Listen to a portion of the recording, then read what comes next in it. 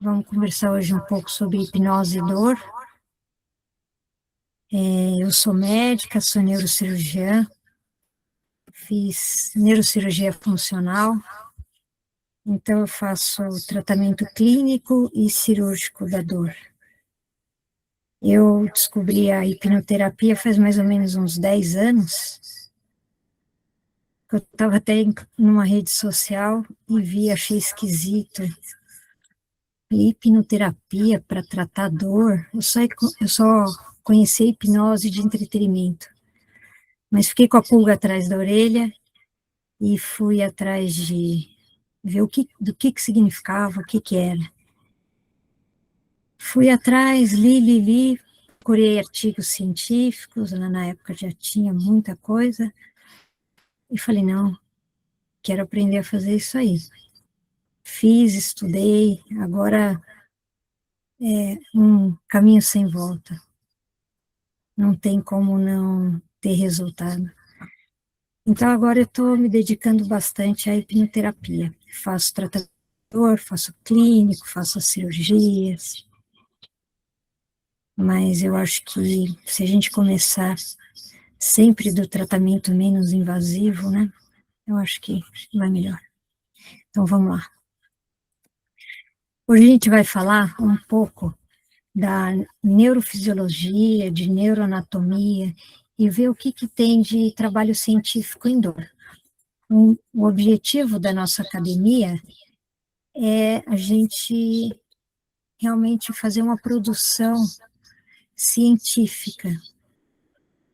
Então, a gente está começando com essas aulas, que são básicas, e devagarzinho vai pegando jeito, vamos formando os grupos, para podermos fazer já os projetos de pesquisa e mais para frente poder publicar. Aqui a gente tem o conceito da hipnose. Esse conceito foi dado pela Associação Americana de Psicologia. Então, é um estado de consciência que envolve concentração, atenção focada e a consciência periférica reduzida, caracterizado por uma maior capacidade de resposta à sugestão. E esse aqui é o conceito de dor. É uma experiência sensorial e emocional desagradável, associada ou semelhante àquela associada a uma lesão tecidual, real ou potencial. Então, a gente pode ver que no próprio conceito de dor já tem emoção. E é aí que a gente vai entrar com a hipnose. Aqui a gente tem um pouco da história da hipnose, que eu acho que para a gente aqui, depois de toda essa emoção inicial, a gente pode pôr lá, todo mundo já conhece. E aqui, então hoje a gente vai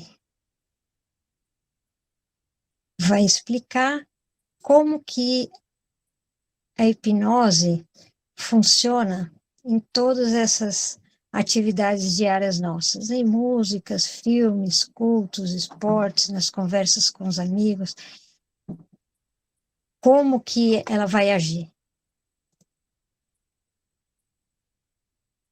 A aplicação da hipnose na dor aguda, a gente faz, o Alberto tem até um protocolo maravilhoso que ele implanta lá no hospital, que ele trabalha em Mato Grosso, que é um protocolo que acompanha o paciente no pré-operatório, durante a cirurgia e no pós-operatório. Então, na dor aguda, a gente pode atuar nas cirurgias e nos procedimentos. Quando eles fazem esses procedimentos sob hipnose, eles vão conseguir aguentar por mais tempo essa intervenção, vai diminuir a quantidade de droga, né, de opioide, e a velocidade de cicatrização, ela aumenta. No trabalho de parto também pode ser usada, vai diminuir o tempo de trabalho de parto, vai diminuir a ansiedade, e é uma opção não medicamentosa para gestante que tem muitas comorbidades, é também uma boa alternativa. Sim. Então, aqui a gente tem algumas das principais estruturas que participam dessa interpretação da dor, né? Então, a gente tem essa córtex sensorial, precúneo, córtex cingulado, córtex pré-frontal, que é o que é mais falado, e a ínsula. Vamos falar um pouquinho de cada um daqui a pouco. Então, na fisiologia, como é que a gente vai? A gente vai explicar como que funciona até chegar no sistema nervoso central e a gente poder interpretar a dor. E aí a gente vai ver quando a hipnose age, como que vai fazer esse bloqueio desse percepção da dor. Então, vamos lá, a gente tem a transdução e a transmissão. Então, tudo inicia a gente tendo o primeiro contato com a dor, com os nossos receptores periféricos. E esse contato, esse estímulo vai ser levado até o sistema nervoso central por dois tipos de fibras. Fibras A, delta e a fibra C. As fibras A, elas são mielinizadas e a condução do estímulo é rápido, para dor aguda. As fibras C, elas não são mielinizadas e a condução é lenta. Então, vai na dor crônica. A modulação, ela vai acontecer inicia através desse sistema da teoria do portão. Então, esse estímulo, essas fibras vão entrar na medula, passa pelo corno posterior da medula, para poder subir até o cérebro, vai lá, tálamo, e depois subcortical e cortical. Então, a gente vai ver isso aqui mais para frente. Na neuromatriz da dor, o que a gente vai ter, então? O córtex somatosensorial. Nesse córtex, eu podia ter colocado esse azulzinho aqui, olha, parietal. Aqui, a gente vai conseguir localizar a dor, a intensidade da dor e o tipo de dor que tem. São mais de 50 tipos de dor. Então, o que mais a gente vê é queimação, pressão, frio, choque, né? Neuralgia do trigêmeo, que é bem conhecida. São os que mais a gente vê. Tem o córtex cingulado, anterior e posterior. No anterior, ele é responsável pelas características emocionais, afetivas, aquela carga de sofrimento, aquela cognição, aquela memória. Ele que vai falar sobre toda essa parte de sofrimento. Então, ele vai integrar essa sensação física, que é a intensidade, com a interpretação emocional. A interpretação, ela vai depender da experiência, de todas as experiências que a pessoa passou, depende também muito de cultura. Você pode dar uma martelada no dedo de várias pessoas diferentes, vocês vão ver que cada um vai processar de um jeito diferente. Outras estruturas que a gente tem é o precúneo, que vai processar o eu, essa representação mental, mais para frente a gente vai falar do modo padrão, e a ínsula, que integra também essa parte sensorial, emocional e respostas autonômicas. Ela consegue, a hipnose agindo na ínsula, você consegue diminuir a intensidade da dor percebida. E aqui a gente tem córtex cingulado, que também vê atenção e foco. A hipnose, ela diminuindo a atividade nesse córtex cingulado dorsal, ela vai diminuir a autocrítica e vai facilitar a aceitação das sugestões terapêuticas. E também facilita a dissociação do desconforto. Então, nessas áreas que a gente vai agir diretamente, alterando a percepção da dor. Então, a gente vai inibir essas áreas para poder alterar a percepção da dor. O córtex sensorial primário, que a gente já falou, né? Então, vai discriminar a localização, o tipo de estímulo, a intensidade da dor, que também, sob hipnose, a gente consegue desativar essa área. Mais para frente eu vou mostrar para vocês alguns estudos com ressonância magnética de crânio funcional, que vocês vão ver que diminui a atividade na área durante a hipnose.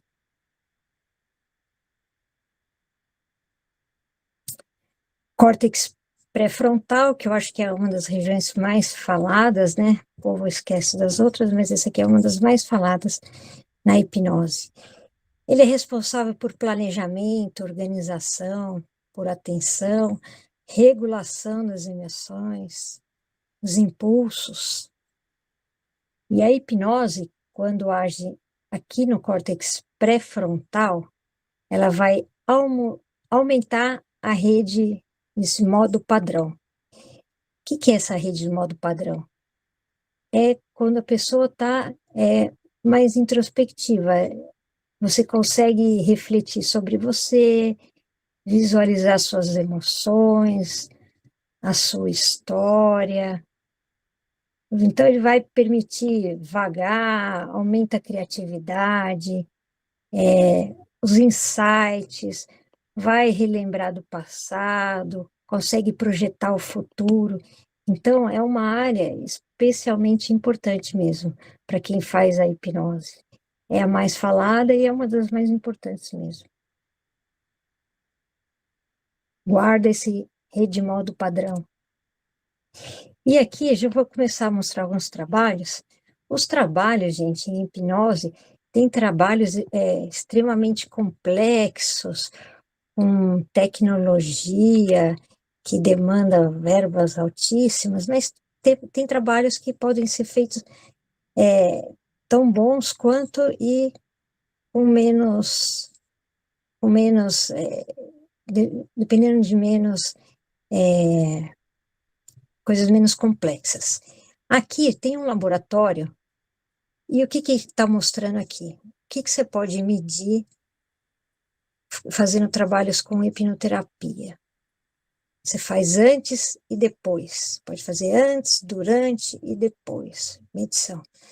Pode ver frequência cardíaca, pode ver saturação de oxigênio. Você pode deixar um eletroencefalo e ver que vai alterar as atividades em determinadas áreas. Pode deixar um eletrocardiograma, potencial evocado. Então, tem várias formas da gente poder medir as respostas. Nem tudo é subjetivo, né? A gente pode tentar quantificar. A gente está mexendo com emoção, a emoção, não existe nada mais subjetivo que emoção. Mas a gente pode colocar algumas métricas que a gente consegue medir, mensurar e consegue analisar também. Então, aqui são os trabalhos, ó, ressonância magnética funcional, demonstrando que a hipnose é consciente e voluntária, ou seja, não existe o medo de ir e não voltar, você fica consciente o tempo inteiro. Aqui, alguns dos exames que a gente pode utilizar, né? Então, eletroencefalo, o PET e a ressonância magnética funcional. Tá indo muito rápido aí, não, né? Esse aqui, gente, é um estudo de ressonância magnética funcional. E aqui na primeira linha, tem duas fileiras com corte axial. A primeira fileira é antes, o paciente com dor, e aqui a de baixo com a hipnose. Vocês estão vendo? O de baixo a mesma coisa. Isso aqui foi uma experiência que fizeram, deram um bastão com metal quente na mão, e aí sentiu a dor. Aí fez a hipnose, fez a ressonância. E aqui embaixo é uma ressonância, é uma hipnose em vigília. Vocês vão ver que devagarzinho é diferente, melhora também, mas é diferente. Acho que tem uma outra mais para frente. Aqui é só um esquema para mostrar aquelas áreas. Então, o córtex cingulado, as áreas somatosensoriais, tálamo, vigília com dor e hipnose com estímulo doloroso. Né? Quando a gente faz a hipnose, a gente acaba que apaga essas áreas. Desliga, né? Aqui, gente, mesma coisa, um outro trabalho. Então, você tem a dor induzida, aqui o vermelho. Esse aqui você tem o estímulo doloroso, mas sob hipnose no segundo. E no terceiro, o controle.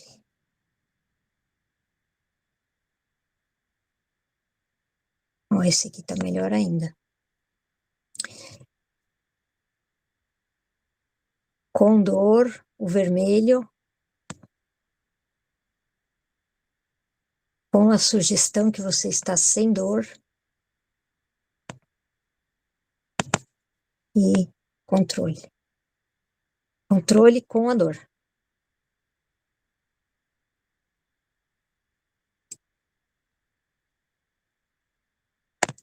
Mais um. Aqui, eles estão mostrando aquelas áreas. Ele está mostrando aquelas áreas que a gente viu no começo, tá? Giro cingulado, onde que vai? O vermelhinho, onde aumenta a vascularização, onde está ativado. Aqui, mostrando pacientes que são menos hipnotizáveis, outros, eu comparando com os que têm maior hipnotizabilidade.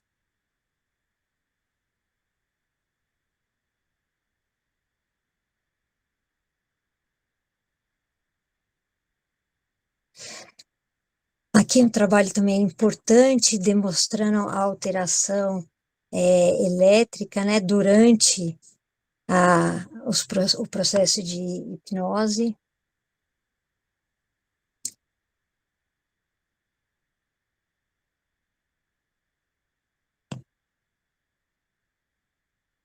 Aqui é um outro trabalho com a ressonância magnética funcional também, demonstrando as áreas.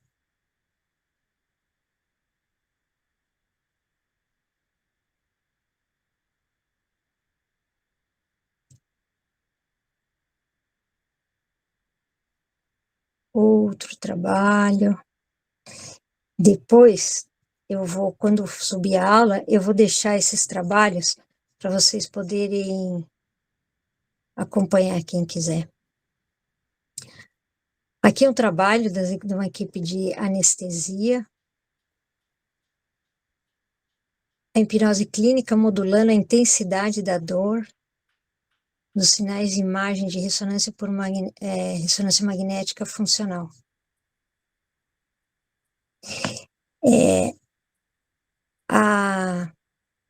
A sensação, né, de dor, o estímulo doloroso e o estímulo térmico, eles vão pela mesma via ascendente, né, o trato espinotalâmico. Então, muitas vezes a gente faz você pode fazer o trabalho fazendo o estímulo térmico, que aí vai pelas mesmas vias. Alguém já queimou o dedo? Já colocou o dedo na água gelada para ver se não melhora? Você troca a sensibilidade dolorosa pela sensibilidade térmica. Aqui, mais um estudo com a ressonância magnética. Esse aqui, ó. Opa, esse aqui a gente tem. Então, aqui, o primeiro, o vermelhinho, dor em vigília. o do meio, sob hipnose, e o de baixo, com hipnose em vigília. Olha a diferença. Então, não é truque, não é mágica, né? Tem realmente uma alteração do sistema nervoso central, na interpretação, né? Na percepção da dor. Mais um trabalho com dor em fibromialgia, com hipnose, sem a hipnose. Trabalhos é o que não faltam.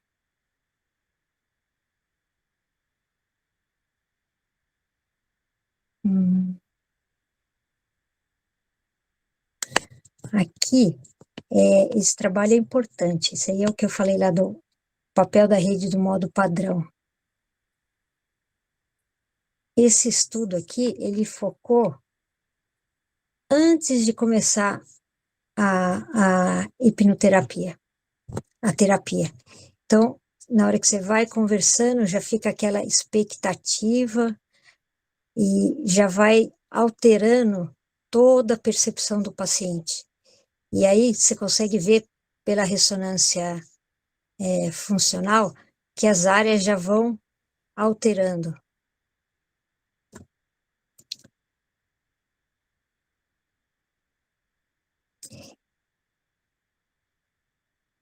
Lá explicando que sob hipnose o paciente reduz o foco em si mesmo e em pensamentos irrelevantes, permitindo que o cérebro direcione todos os seus recursos para a sugestão terapêutica de alívio da dor.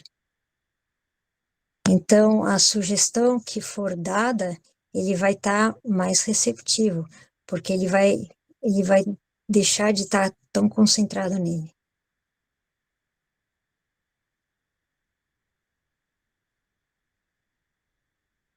Esse aqui é mostrando que a hipnose não altera só a percepção da dor no momento que ela ocorre, mas ela antecipa a percepção da dor, às vezes.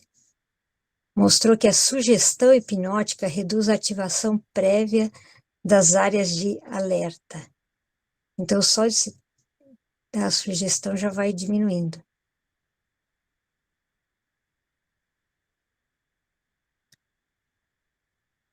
Dor clínica, experimental.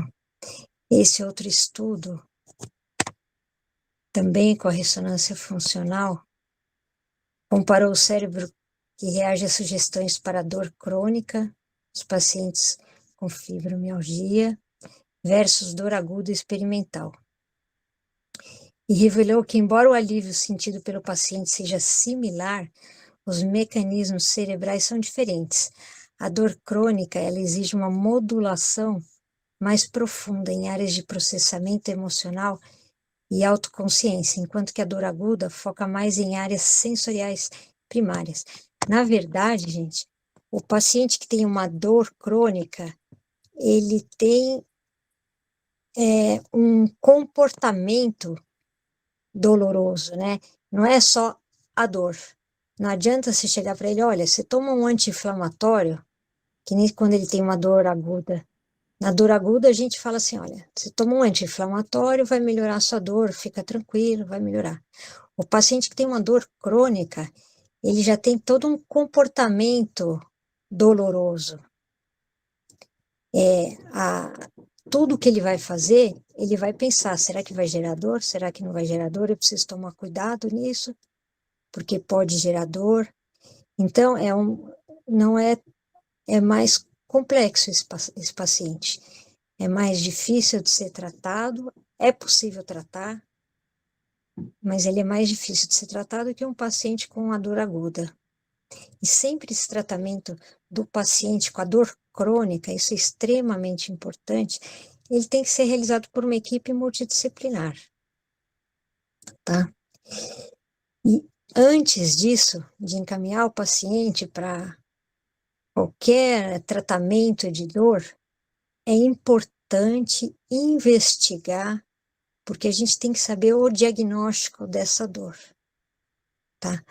Qual é o problema que pode ter, por exemplo, a hipnose, a acupuntura, porque a gente melhora a dor, mas essa dor tem um diagnóstico? Foi investigada? Lombalgia, todo mundo tem, mas lombalgia numa pessoa com mais de 50 anos pode ser uma metástase de um tumor de próstata, pode ser sei lá, um aneurisma de aorta, tem que ser investigado. Então, sempre antes de tratar qualquer tipo de dor, esse doente tem que passar por um médico e tem que ser investigado para ver qual é a causa da dor, para não perder tempo em tratar outras patologias. Isso é extremamente importante. Na acupuntura é a mesma coisa. A gente tira a dor, é fácil tirar a dor, mas você pode estar aí cobrindo outras doenças. Então, sempre fazer o diagnóstico antes. Isso é extremamente importante.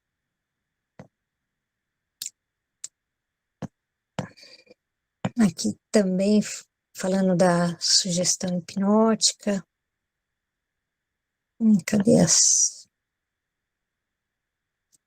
Bom, vocês vão ver muitos trabalhos aqui. Aqui, mais evidências experimentais da hipnoterapia. Esse aqui é um trabalho antigo. Cadê meu sensor aqui, meu Deus? Não tá. Bom, esse aqui foi feito com neuralgia do trigêmeo. É uma dor extremamente forte, em choque, que aparece do nada. É uma das dores mais fortes que tem. E aqui, vai aparecer aqui, ó, o vermelho sem hipnose e o azulzinho com a hipnose. A resposta da hipnose, ela é rápida. Lá no hospital que eu trabalho, tem uma enfermeira que ela tem neurologia do trigêmeo. Quando ela tá com a dor, ela sai correndo. Onde eu estiver, ela me acha. Eu faço rapidinho e aí ela melhora na hora a dor. Não adianta você dar Tegretol na hora, não adianta você dar opioide. Não existe nenhuma medicação que consegue melhorar a dor na hora.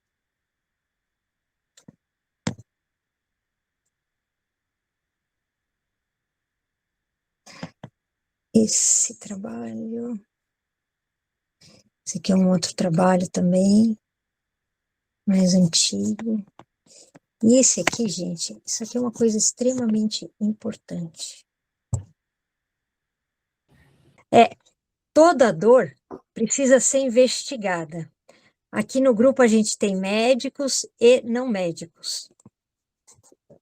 Hipnose não precisa ser médico para fazer. Acupuntura não precisa ser médico para fazer. E tantas outras terapias que tiram a dor também não precisa ser médico para fazer. O único, se não o único problema para a gente que é médico é que muitas vezes essas terapias todas, elas vão realmente melhorar a dor, mas elas podem estar encobrindo alguma outra patologia que aí vai demorar mais tempo para poder ser diagnosticada. E muitas vezes esse doente, ele vai perder a chance de ser tratado, né? Então, toda dor tem que ser diagnosticada. Por exemplo, a fibromialgia, não existe exame. Não adianta você querer pedir exame de laboratório, exame de imagem. Não, o diagnóstico é clínico. Quando a gente pede algum exame, para que que é? Para a gente ver se não tem nenhuma outra patologia, algum diagnóstico diferencial. É só para excluir outras patologias. Mas o diagnóstico da fibromialgia é um diagnóstico clínico, né? Aquela paciente que vai ter dor no corpo inteiro, tem dificuldade, tem um sono que não é reparador, tem traços de depressão, então é clínico, mas tem que fazer o diagnóstico, tem que excluir outras patologias que às vezes precisam ser operadas ou mesmo tratar. Por exemplo, pacientes com hipotiroidismo têm maior incidência de dor, de desenvolver dor crônica. Então, se esse paciente não tiver nem o diagnóstico do hipotiroidismo, como é que vai ficar? Vai ser aquela pessoa, ele é deprimida, ela não tem vontade de fazer nada, só fica quieta, não vai atrás dos seus objetivos, não vai atrás de nada, agora reclama de dor dia e noite. Você vai ver, vai, investigador, examina o paciente, conversa com o paciente, pede os exames, vê laboratório, vê o que você precisa. Se você afastar tudo, ok. Se ela tiver um hipotireoidismo, você tem que encaminha para o colega que é especialista nisso. E aí ela vai melhorar. Não é taxa assim, não, é deprimida, não faz nada da vida, só fica deitada, só fica sentada, é cheia de dor, só reclama. Não, não é assim que funciona, né? Então, isso é extremamente importante. E consultório de dor, gente, eu faço isso, eu sou formada há 30 anos. É demorada a consulta. Não adianta ir com pressa, nem precisa ir.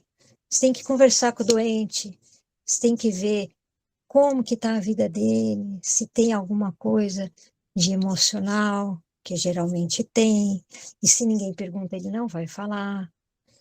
Você tem que examinar doente. Tira a roupa, filho. Cueca, calcinha, sutiã. Bora. Tira, vamos andar para lá, para cá. Você vai ver motricidade, você vai ver se tem atrofia de alguma musculatura, você vai examinar a parte de sensibilidade. Pacientes com síndrome M sensitiva têm maior chance de ter fibromialgia que os outros pacientes. É um achado de exame, não é nada de doença, não é nada. Mas se você não colocar a mão no doente, você não vai fazer o diagnóstico. Você não vai ver contratura, você não vai ver uma atrofia muscular, você não vai ver alteração de reflexo, não vai ver nada. Então, quem faz dor tem que ter paciência. Tem que ter paciência e tem que gostar do que faz, senão está no lugar errado. Então, tem que ir atrás da causa da dor. Não achou nada ali, menos pior. Vai fazer tratamento. E como eu falei, o tratamento da dor ele é multidisciplinar. Eu nem gosto muito de falar multidisciplinar, eu prefiro falar interdisciplinar, porque são várias disciplinas juntas. Lá no Hospital das Clínicas, fiquei 11 anos lá com o professor Manuel, com a professora Lin, quem eu devo tudo que eu sei de dor. Sou extremamente agradecida a eles. Mas lá, no grupo de dor, tem uma equipe só de saúde mental. Tem psiquiatra, tem psicólogos, tem uma equipe só de acupuntura, tem a equipe da fisiatria. Então, não adianta querer tratar sozinho a dor. A dor tem que ser interdisciplinar. E agora, cada vez mais, a gente vai ficando mais velho, vai estudando mais, vai vendo mais coisas, cada vez mais eu vejo a importância do tratamento da saúde mental. Hoje em dia, eu penso que se eu tratar o doente antes, por exemplo, com a hipnoterapia, ou mesmo com a psiquiatria, eu acabei fazendo a psiquiatria também, né? Que não tem como não andar junto, né? Neuro e a psiquiatria andam juntos. Se você tratar esse paciente no consultório, ele não vai chegar no hospital. E a qualidade de vida dele não tem nem como medir como vai ser melhor. Então, hoje o esforço todo é para conseguir tratar aqui para não tratar as consequências lá no hospital. Mas vamos embora. Tem mais alguma dúvida, alguém? Será? Deu certo aí, Milena, da fibromialgia?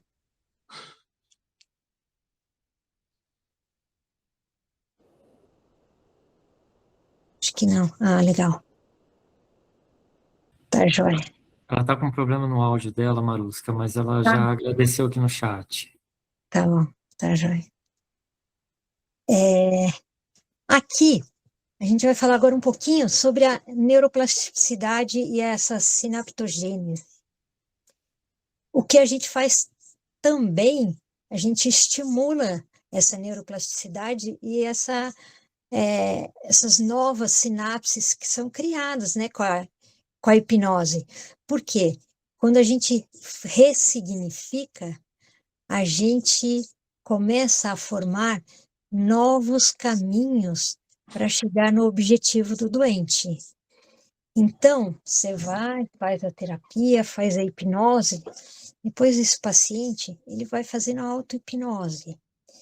Para quê? Ele vai sedimentando, vai sedimentando, vai sedimentando, e aí começam a surgir novas sinapses, e aí vão criando novos caminhos. Isso é uma coisa extremamente rica, extremamente importante.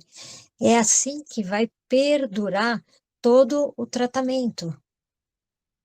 Se você não criar novos caminhos, se você não conseguir fazer novas sinapses, é um tratamento que não vai durar. É a mesma coisa que você quebrar o pé, toma uma dipirona e pronto, você acha que vai ficar sem dor o resto da semana. Não. Você vai ter que dipirona, dipirona, dipirona, dipirona, dipirona, até curar o pé. E aqui não vai ser diferente, a gente vai ter que formar novos caminhos. Mas com, com a hipnoterapia, a gente, Não vai ter novela, não. eita, a gente consegue formar esses novos caminhos, estimular essa neuroplasticidade. Isso é uma coisa extremamente importante. E a gente precisa focar muito nisso aqui. Não é simplesmente faz a terapia e libera o paciente.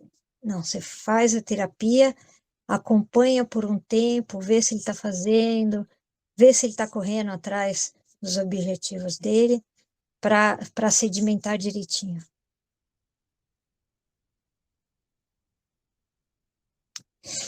Aqui eu já falei, né, que a auto-hipnose é extremamente importante. Muitas vezes, o que eu vejo é que muitos pacientes, eles não dão tanto valor à auto-hipnose, porque é uma coisa rápida, mas é extremamente importante. Eu procuro bater bastante nessa tecla.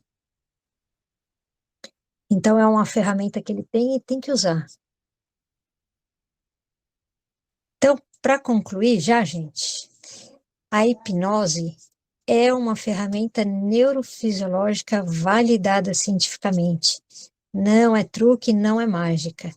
E ela não é inferior à intervenção farmacológica.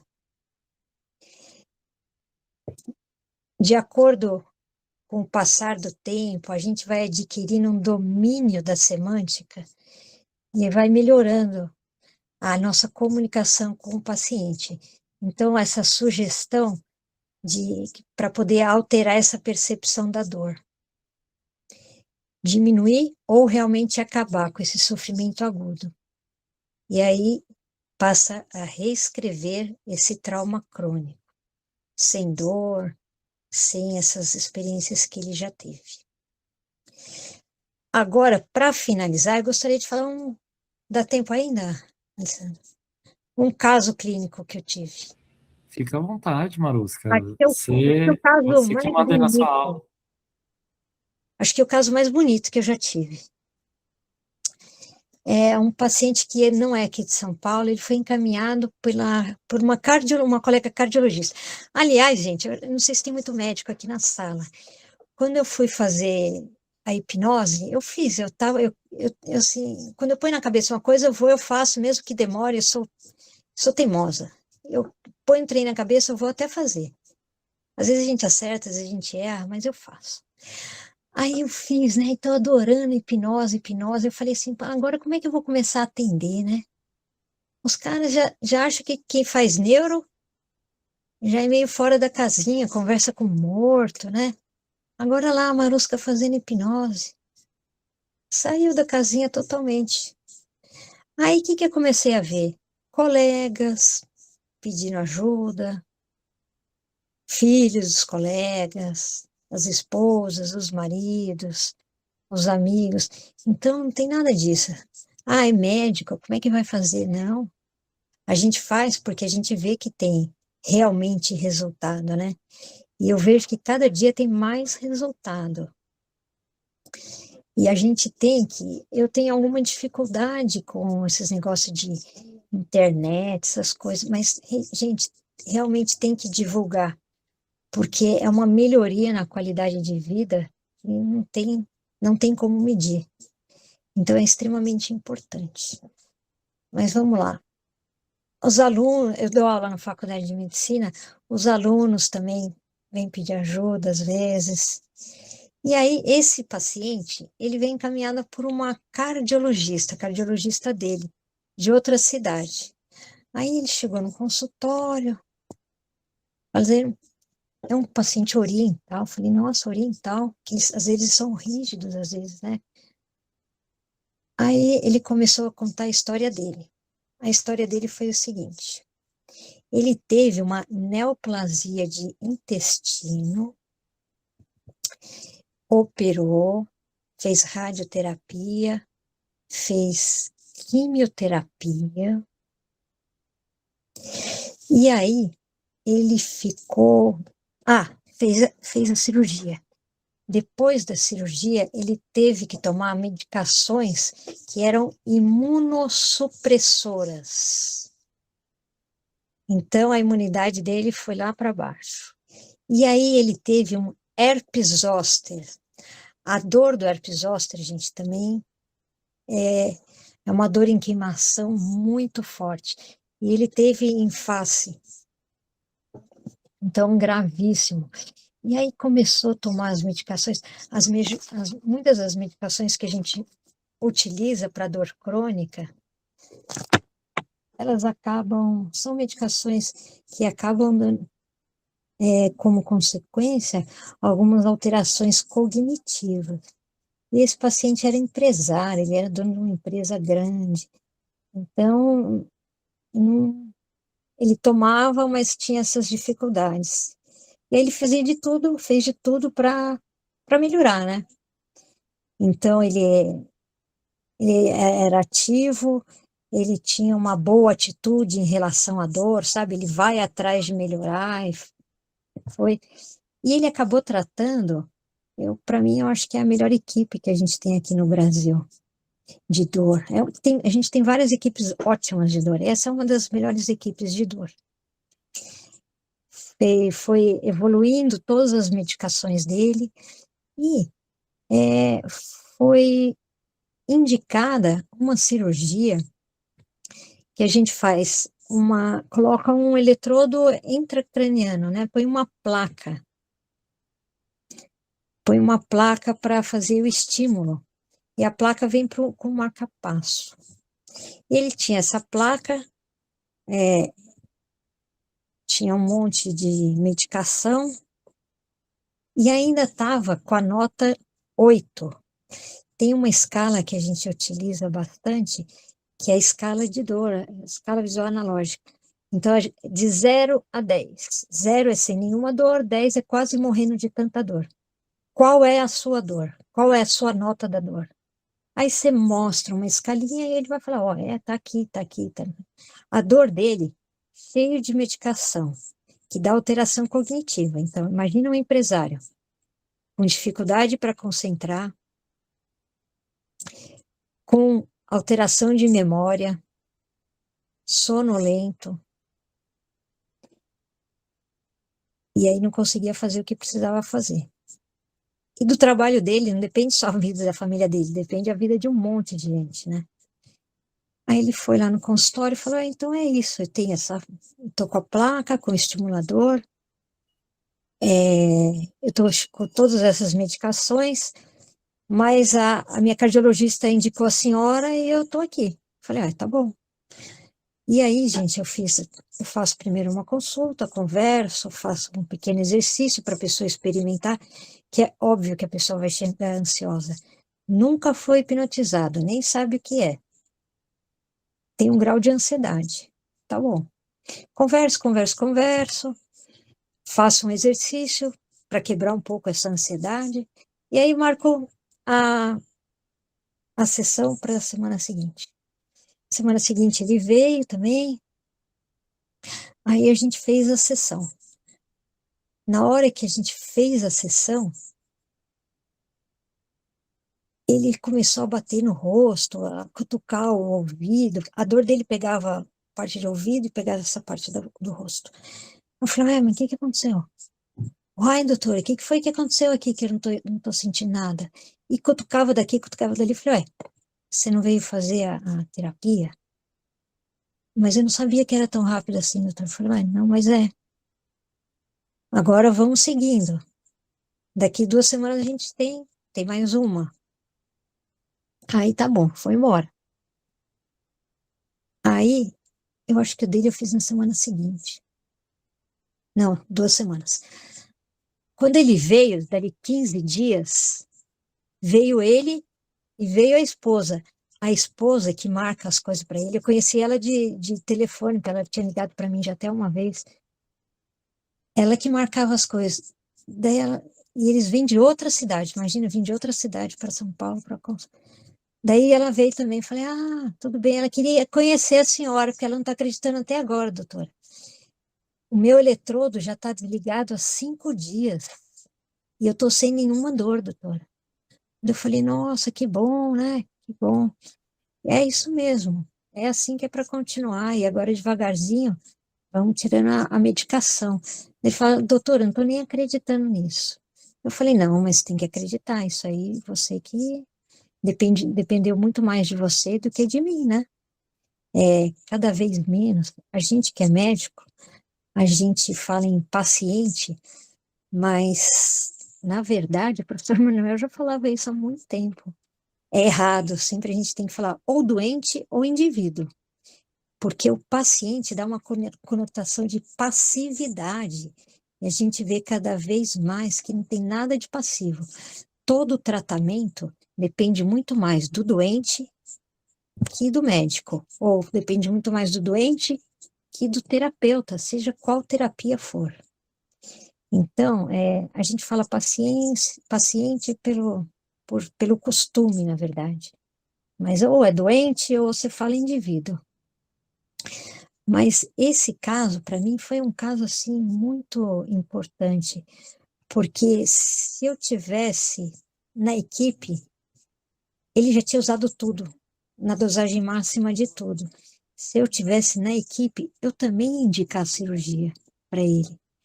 Agora você imagina a pessoa ser submetida a uma anestesia geral, colocar um eletrodo, não é uma coisa simples, é uma coisa extremamente complexa, né? Mas que tem uma escala do tratamento. Faz tudo que dá, faz tudo que dá nesse nível, faz tudo que dá nesse nível, tudo que dá nesse nível, tudo que dá nesse nível. Chega uma hora que chega no tratamento cirúrgico.